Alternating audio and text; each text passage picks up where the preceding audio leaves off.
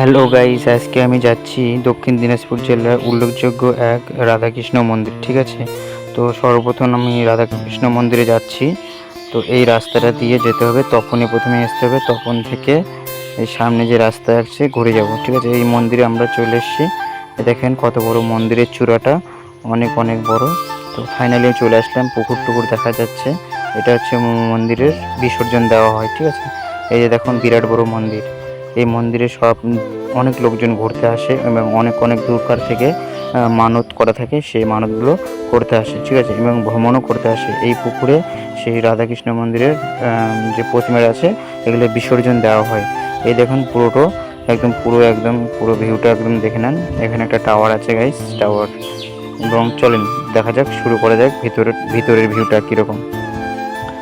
সর্বপ্রথম দেখেন দুজন চলে গেল উপরে, উপরে যাওয়া যায়, নিচে যাওয়া যায়। ঠিক আছে, এই পুরো একদম পুকুরের ভিউ।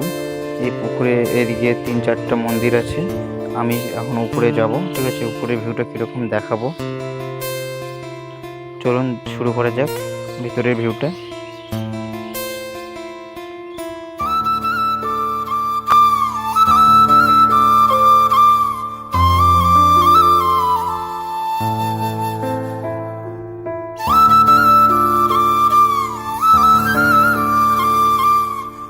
ফাইনালি আমি ভিতরে প্রবেশ করে গেলাম।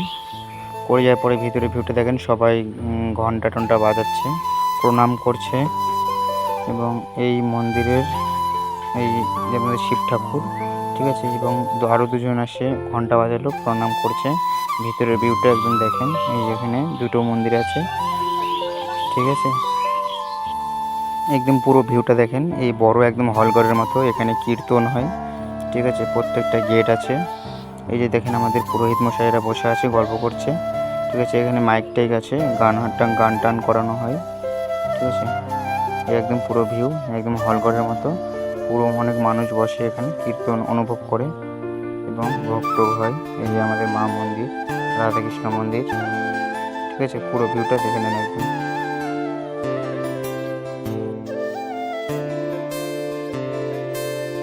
হ্যালো গাইস, আরও যদি আপনারা এরকম নতুন ভিডিও পেতে চান অবশ্যই কমেন্ট করে জানাবেন এবং কমেন্ট করবেন। ঠিক আছে, আরও এরকম নতুন নিত্য ভিডিও পেতে অবশ্যই চ্যানেলটিকে সাবস্ক্রাইব করবেন এবং কমেন্ট লাইক করবেন। Tata, bye bye.